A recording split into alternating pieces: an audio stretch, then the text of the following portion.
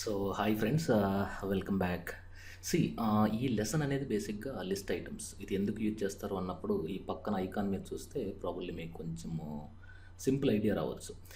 మనకి ఏదైనా ఒక కంటెంట్ సీరియల్ ఆర్డర్లో కావాలి అంటే student name, like product listings ఉంటాయి కదా, 1 2 3 4. అంటే మీకు ఫర్ ఎగ్జాంపుల్ వెబ్ డిజైనింగ్ ఉంది. వెబ్ డిజైనింగ్లో మనకి ఏమేమి కంటెంట్ కవర్ అవుతుంది, ఫస్ట్ ఫోటోషాప్, తర్వాత హెచ్టిఎంఎల్, తర్వాత సిఎస్ఎస్. ఆ సీరియల్ నెంబర్ను మనం హెచ్టిఎంఎల్ రాసేటప్పుడు 1 full stop Photoshop, 2 full stop HTML ఇలా రాయకుండా ఈ లిస్ట్ ఐటమ్స్ని యూజ్ చేసుకొని దాన్ని ఒక పేరెంట్ ట్యాగ్లో ర్యాప్ చేస్తే ఆటోమేటిక్గా కంటెంట్ అనేది మీకు ఆర్డరింగ్ అయిపోతుంది. 1 2 3 4 అలా ఆర్డరింగ్ అయిపోతుంది. ప్రాబ్లీ అది నార్మల్ న్యూమెరికల్ ఆర్డర్ అవ్వచ్చు, లేదంటే మీకు రోమన్ నంబర్స్ అవ్వచ్చు, లేదంటే మీకు ఆల్ఫాబెటికల్ ఆర్డరింగ్ అవ్వచ్చు. Any sort of thing attributes ద్వారా మనం వాటిల్ని కూడా ఎలా మెన్షన్ చేయాలి అనేది ఈ వీడియోలో తెలుసుకోబోతున్నాం. సో ఇక్కడ మీకు నోట్ ప్యాడ్ చూస్తే ప్రతిసారి కోడ్ రాయడము కొంచెం హెడ్ఏక్ కాబట్టి ఆల్రెడీ ఇది డిఫాల్ట్ టెంప్లెట్. ఇక్కడ మీకు ఇది కామన్ ఉంటుంది కదా, దాదాపు 10th ప్రోగ్రామ్ కాబట్టి ఇవన్నీ మనం టైప్ చేయడం వల్ల నియర్లీ 1 to 3 minutes వేస్ట్ అయిపోతుంది. సో ఇది బేసిక్ టెంప్లెట్. దీన్ని యాజ్ ఇట్ ఈస్గా ఉంచి ప్రతిసారి ఇదే కోడ్ కాపీ పేస్ట్ చేసుకుందాం. ఇక్కడ మీకు యాడ్ యువర్ టైటిల్ అంటే ఇక్కడ మనం ఏం చేస్తున్నాం, ఈ లెసన్లో ఏం చేస్తున్నాం అంటే లిస్ట్ ఐటమ్స్ కదా, లిస్ట్ ఐటమ్స్ ఇన్ హెచ్టిఎంఎల్. ఇక్కడ మీకు ఏం చేస్తుంది చూడండి, యాడ్ యువర్ కోడ్ హియర్ అని ఉంది. Okay, so first of all దీన్ని ఒక్కసారి మనం సేవ్ యాజ్ డెస్క్టాప్లో హెచ్టిఎంఎల్లో ఒక ఫోల్డర్ క్రియేట్ చేసుకొని లిస్ట్ ట్యాగ్స్, ఇక్కడ list demo .html.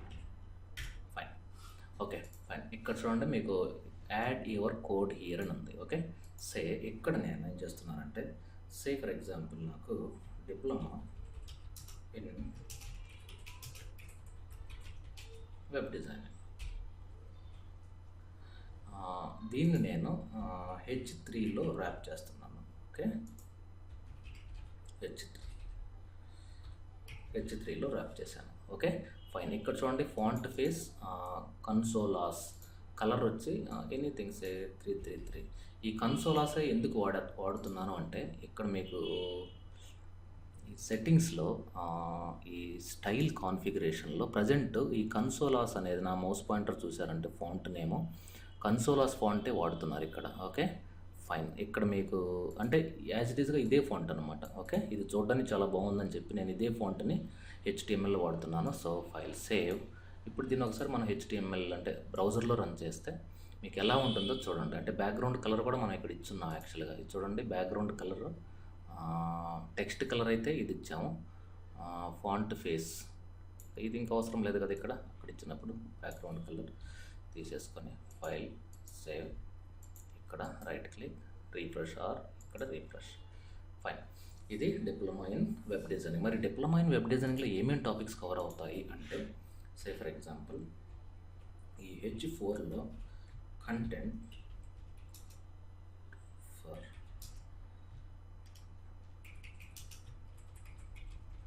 Web designers,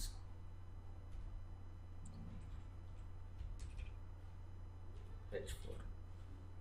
so ఇక్కడ నేను ఏం చేస్తున్నాను అంటే ఏమేమి కవర్ అవుతుంది, ఏదో ఫోటోషాప్, సో అలాగే హెచ్టిఎంఎల్, అలాగే సిఎస్ఎస్, అలాగే జేఎస్ స్టాండ్స్ ఫర్ జావాస్క్రిప్ట్, అలాగే బూట్స్ట్రాప్, దీని తర్వాత డ్రీమ్వీవర్.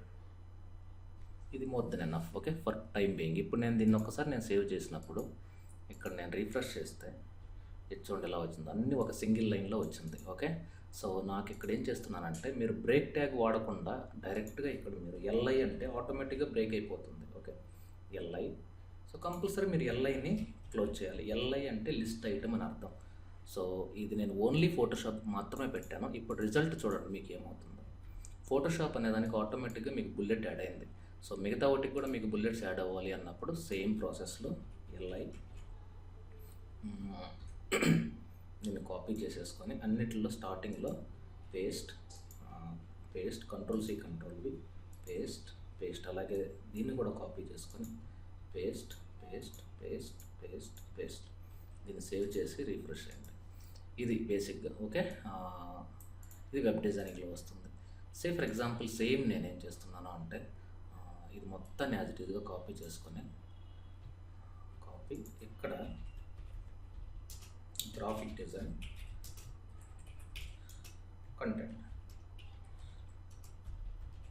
ఇక్కడ నేను పేస్ట్ చేశాను. ఇక్కడ నేను ఈ డిప్లొమా ఇన్ వెబ్ ప్లేస్లో డిప్లొమా ఇన్ గ్రాఫిక్ అని పెట్టాను. ఇక్కడ ఫోటోషాప్ అలాగే ఉంటుంది, కానీ ఇక్కడ అప్లికేషన్ చేంజ్ అవుతాయి. ఇలిస్ట్రేటర్, తర్వాత ఇన్ డిజైన్, ఇక్కడ యాక్రో, బ్యాక్ రీడర్, ఇక్కడ తర్వాత కోరల్ డ్రా,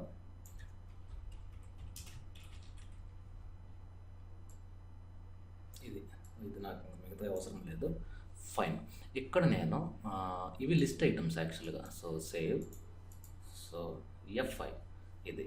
కానీ ఇక్కడ నేను ఫర్ ఎగ్జాంపుల్ ఇక్కడ నేను ఒక హెచ్ఆర్ ట్యాగ్ని వాడుతున్నాను. అంటే జస్ట్ సపరేటర్ లాగా హెచ్ఆర్ ట్యాగ్, రీఫ్రెష్, ఇది హెచ్ఆర్ ట్యాగ్.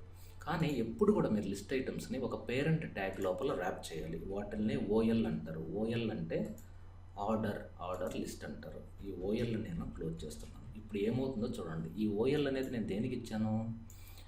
ఈ ఫోటోషాప్ అంటే ఎస్పెషల్లీ వెబ్ డిజైనింగ్కి ఇచ్చాను. సో ఇప్పుడు మీరు రీఫ్రెష్ చేయండి. ఇక్కడ చూడండి, మీకు ఆటోమేటిక్గా బుల్లెట్స్ వెళ్ళిపోయి ఇవి వచ్చాయి అన్నమాట. ఓకే, 1 2 3 4 5 అని. ఇన్ కేస్ మీకు ఈ ఓఎల్లో టైప్ను కానీ మీరు మారిస్తే, టైప్ ఈజ్ నథింగ్ బట్ మీకు ఏ అని ఇస్తే ఆటోమేటిక్గా మీకు ఆల్ఫాబెట్స్ వస్తాయి. ఓకే, సో ఆల్ఫాబెట్స్ అంటే ఇలా వస్తాయి. ఇన్ కేస్ మీరు దీన్ని కానీ మీరు స్మాల్ ఏ పెడితే మీకు అన్ని స్మాల్ లెటర్స్లో ఆల్ఫాబెట్స్ వస్తాయి ఇట్లా. ఓకే, ఈ విధంగా ఇక్కడ చూడండి ఇది. అలాగే మీకు ఐ అని ఇచ్చారనుకోండి, ఐ స్మాల్ ఐ, మీకు అన్ని రోమన్ నంబర్స్ వస్తాయి. Right click, refresh, 1 2 3 4 5. అలాగే మీరు క్యాపిటల్ లెటర్స్లో ఐ ఇస్తే అన్నీ మీకు రోమన్ నంబర్స్లో పెద్ద రోమన్ నంబర్స్ వస్తాయి ఇట్లా. Okay, fine. అలాగే మీరు ఇప్పుడు ఏమి ఇవ్వలేదు అంటే ఫర్ ఎగ్జాంపుల్ నేను ఏ అని ఇస్తున్నాను. ఏ అంటే stands for ABCD. In case మీరు ఏది ఇవ్వలేదు అంటే దాని అర్థం ఏంటి అంటే it will take as a numerical value, అంటే 1 2 3 తీసుకుంటుంది. ఇన్ కేస్ మీకు 1 నుండి కాకుండా 3 నుండి స్టార్ట్ అవ్వాలి, START. ఓకే, స్టార్ట్ ఎక్కడి నుండి కావాలి? స్టార్ట్ 5. ఓకే, START స్టార్ట్ 5 అంటే దీని అర్థం ఏంటంటే మీకు డైరెక్ట్గా 5th నెంబర్ నుండి స్టార్ట్ అవుతుంది. ఇక్కడ రీఫ్రెష్ చేయండి, ఇదిగోండి 5 6 7 8 9 అని. మరి ఇక్కడ దీన్ని ఏమంటారంటే సర్కిల్ అంటారు. వీటిల్లో కూడా మీరు టైప్ యాట్రిబ్యూట్స్ ద్వారా చేంజ్ చేయొచ్చు. ఫర్ ఎగ్జాంపుల్ గ్రాఫిక్ డిజైనింగ్లో దీన్ని నేను UL అంటే అన్ఆర్డర్ లిస్ట్, ULని నేను క్లోజ్ చేస్తున్నాను.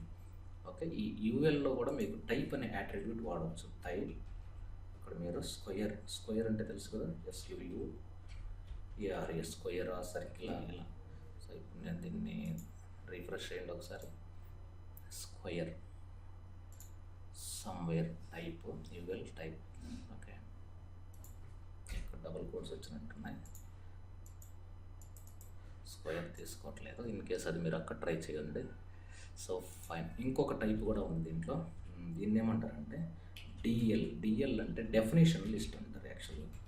ఓకే, డెఫినేషన్ అంటే ఫర్ ఎగ్జాంపుల్ డెఫినేషన్ దేనికి కావాలి? ఫర్ ఎగ్జాంపుల్ SEO అంటే డెఫినేషన్ ఏంటి మీకు తెలుసు. దీన్ని టర్మ్ అంటారు. దీనికి డెఫినేషన్, దీన్ని DT అంటే definition term. Okay, definition term. మరి ఈ డెఫినేషన్ టర్మ్కి అసలు డిస్క్రిప్షన్ ఏంటి అంటే DT definition description, search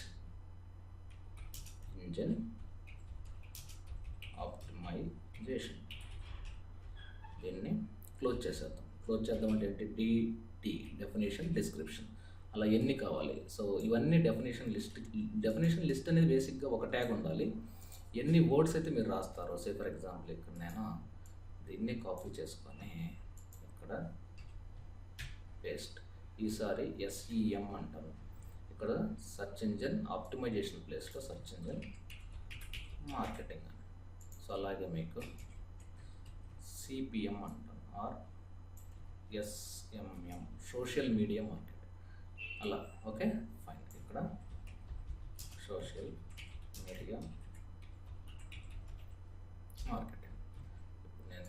run చేశాను అనుకోండి, ఇలా వస్తుంది. దీని డెఫినేషన్ టర్మ్, ఇది డెఫినేషన్ డిస్క్రిప్షన్, ఈ మొత్తాన్ని కలిపితే డెఫినేషన్ లిస్ట్ అంటారు. ఓకే, సో ఈ మధ్యలో సపరేటర్ పెట్టడం వల్ల మనకు బాగుంటుంది కదా. సో ఎక్కడ సపరేటర్ యాడ్ చేస్తే బాగుంటుంది, ఇక్కడ యాడ్ చేద్దాం. Okay, HR stands for horizontal రో, ఇది. ఓకే, ఇది ఏమో డెఫినేషన్ ఆర్డర్ లిస్ట్, ఇది అన్ఆర్డర్ లిస్ట్, ఇది డెఫినేషన్ లిస్ట్. ఓకే, సో ఒకే వీడియోలో మీకు 3 టైప్స్ ఆఫ్ ట్యాగ్స్ మనం చూసాం. వీటిల్ని మనం బేసిక్గా లిస్ట్ ఐటమ్స్ లేదంటే ఆర్డర్ అన్ఆర్డర్ లిస్ట్ ట్యాగ్స్ అని కూడా పిలవచ్చు. So thank you very much for watching digital Vidya. Stay tune.